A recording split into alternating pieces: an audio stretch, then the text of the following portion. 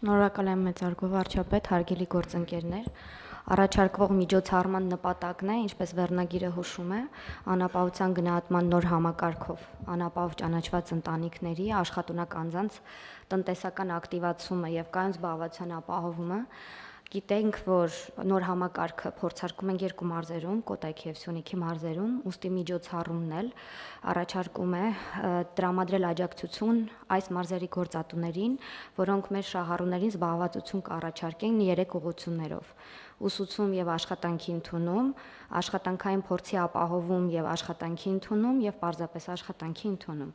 Առաջին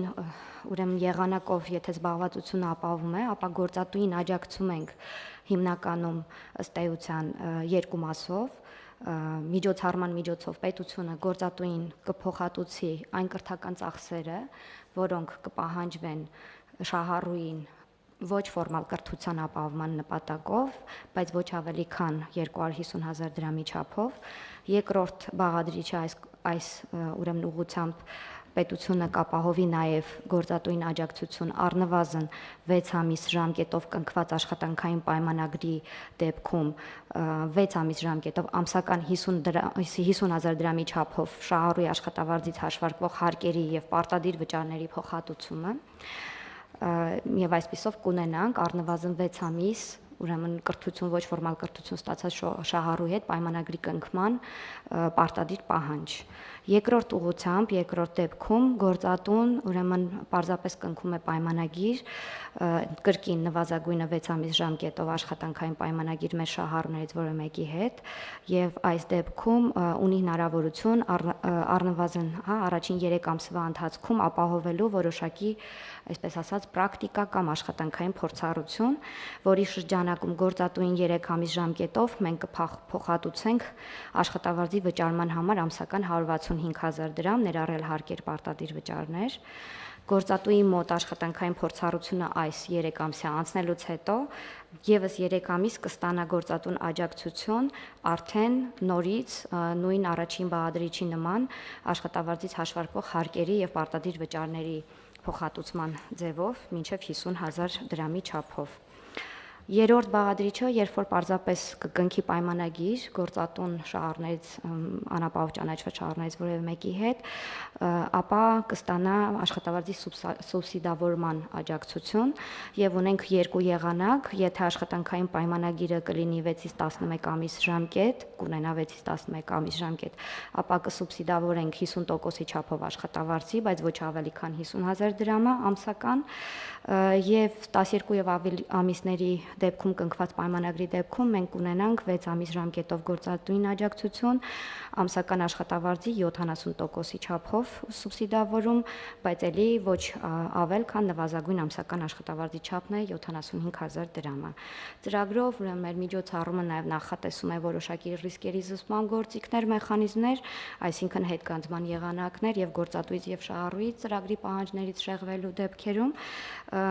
միջոցառումը իրականացվելու է եւ իրականացվում է e-work AM համակարգի միջոցով, սա մեր զբաղվածության կամ այսպես ասած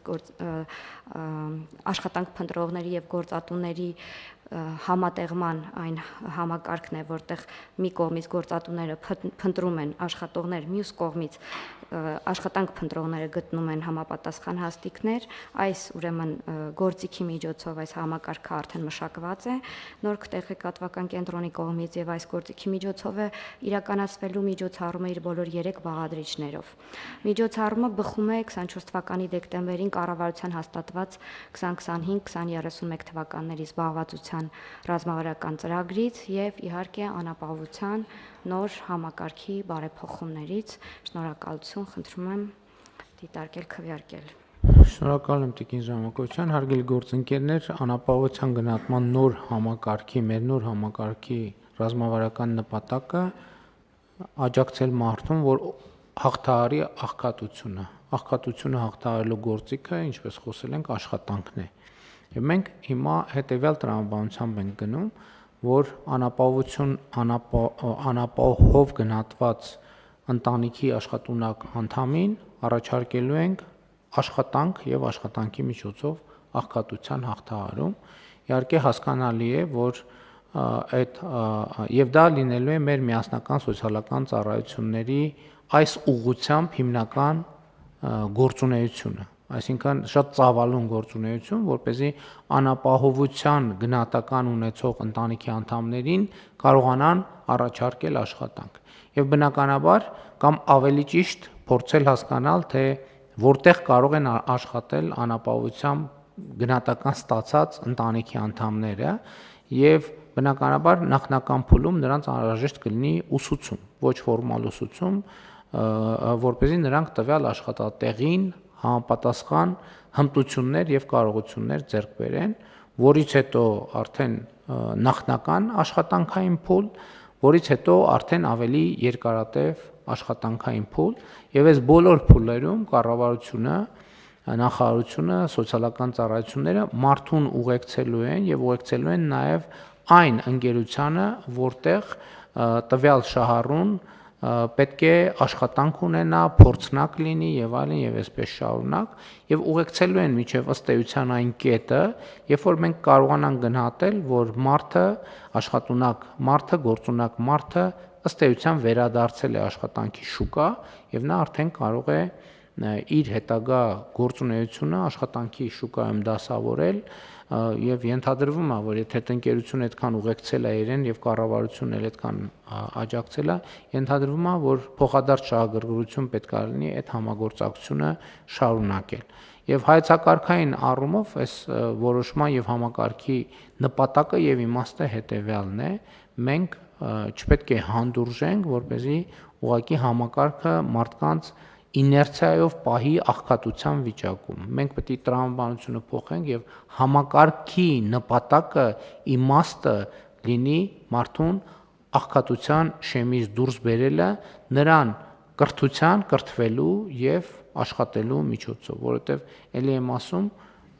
աղքատությունը հաղթահարելու ուրիշ ճանապարհ պարզապես գոյություն չունի։ Եվ սա է միակ ճանապարհը, որով հնարավոր կլինի աղքատությունը հաղթահարել։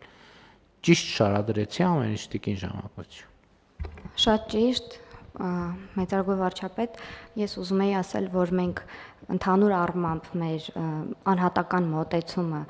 վերաբերում է ոչ միայն զբաղվածության ապահովմանը, այսինքն մենք ամեն սոցիալական դեպքի հետ անհատական աշխատանք ենք պլանավորում անել եւ ըստ էության ծառայությունների մնացած բոլոր կարիքները եւս բավարարել ընտանիքներին, եթե օրինակ